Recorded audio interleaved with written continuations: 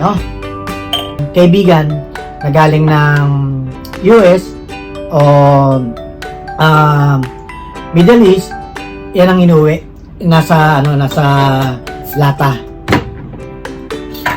Kaya bira kung ikukumpara mo rito sa mga One eternity later. Ayan, si Katripper. Tulog pa. Mukbang pa ng alak. More pa. Bagsak siya. Eh di wow.